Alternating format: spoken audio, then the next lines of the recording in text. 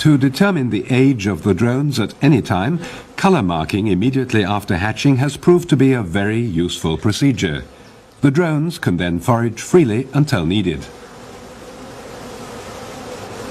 6 days, the queen is sexually mature.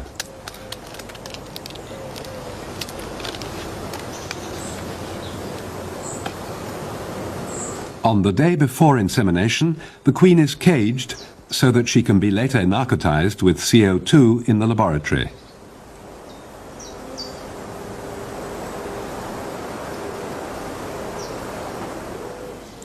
This treatment takes about 5 minutes, and it helps to accelerate the onset of egg laying. Until she is inseminated, the queen is returned to her nuclear colony. Hygiene is essential in the insemination laboratory.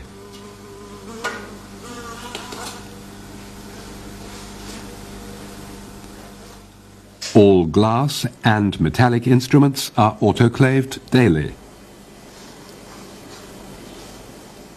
In preparation for semen collection, a semen diluent, for example saline solution or, as here, tris buffer, is drawn up.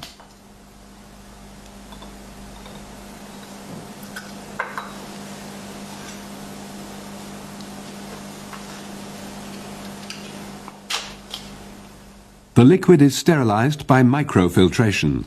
The pore diameter of the membrane is 0.2 microns.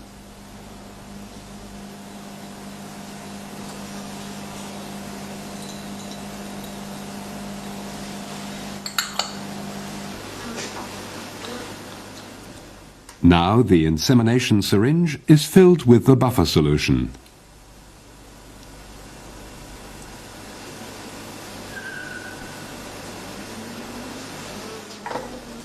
Bubbles of air are carefully removed.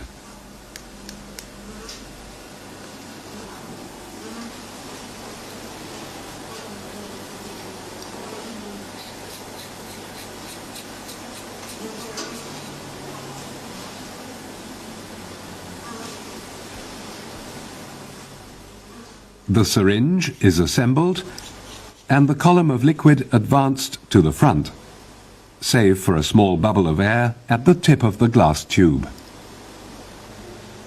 Then the syringe is mounted on the insemination apparatus.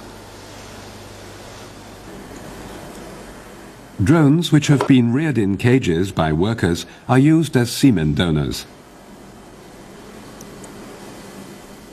Rolling and pressure on the thorax and abdomen effect the first phase of eversion of the copulative organ.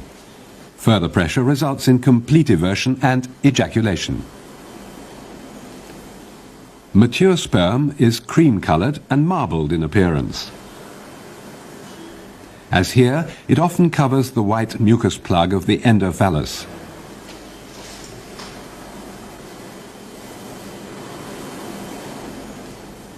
Using the glass tip of the insemination syringe, merely touch the surface of the semen covering. In aspirating the sperm, none of the mucus should be allowed to penetrate into the syringe, thus preventing the cannule from becoming obstructed by a mucus plug.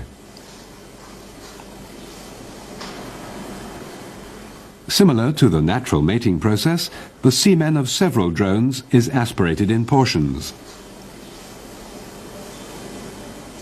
A minimum of 8 microliters are required for insemination. This corresponds to the quantity of semen donated by 8 to 10 mature drones. If necessary, the tip of the cannule is cleaned off with a sterile swab. A drop of diluent closes the capillary to prevent the semen from desiccation.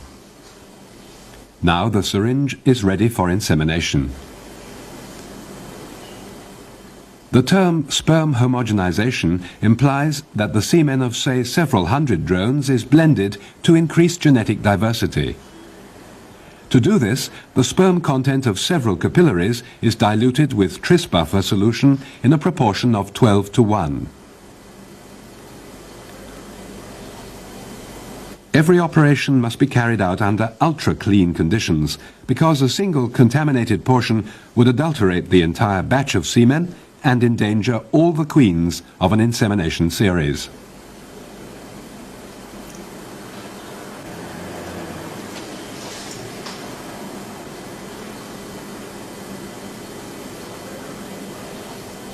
Because of the high effort involved, this technique should only be applied to large-scale breeding programs.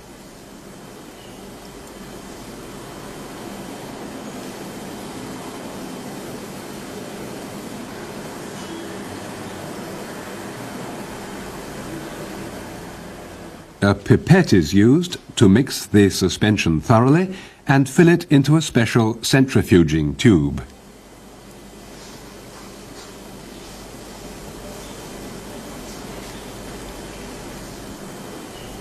Any rotary centrifuge is suitable for centrifugation.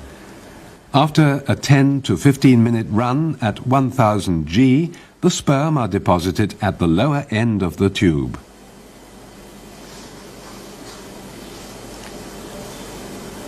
The clear supernatant is removed and the plastic tube is cut off on a level with the surface of the sperm.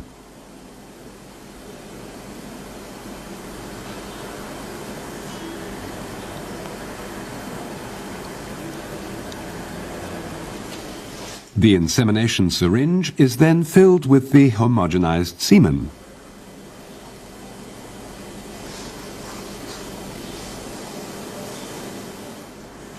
A queen who was treated with CO2 on the previous day is placed headfirst into the retaining tube.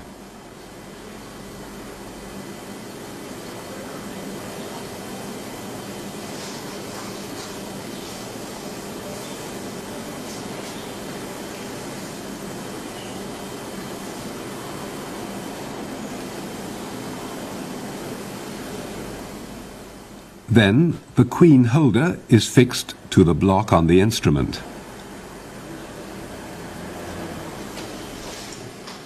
A whiff of CO2 helps to immobilize the queen. To control the dose of gas, it flows through a washing flask.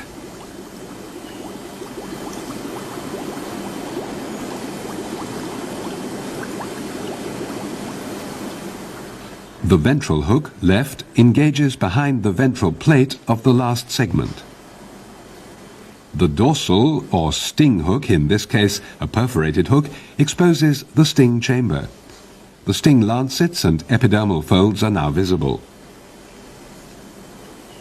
The vaginal orifice is recognizable as a wrinkled bulge in the middle.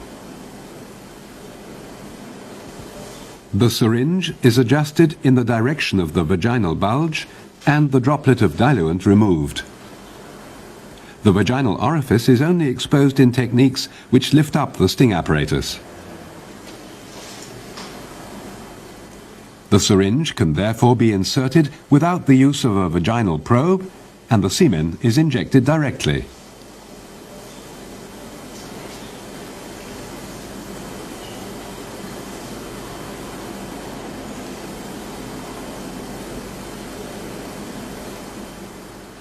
This concludes the insemination procedure. The syringe and the hooks are removed.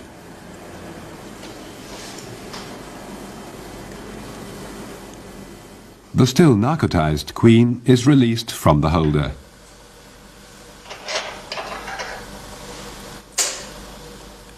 Clipping one wing prevents her swarming later on, but it is nonetheless essential to cover the entrance of the mating cage with an excluder as well.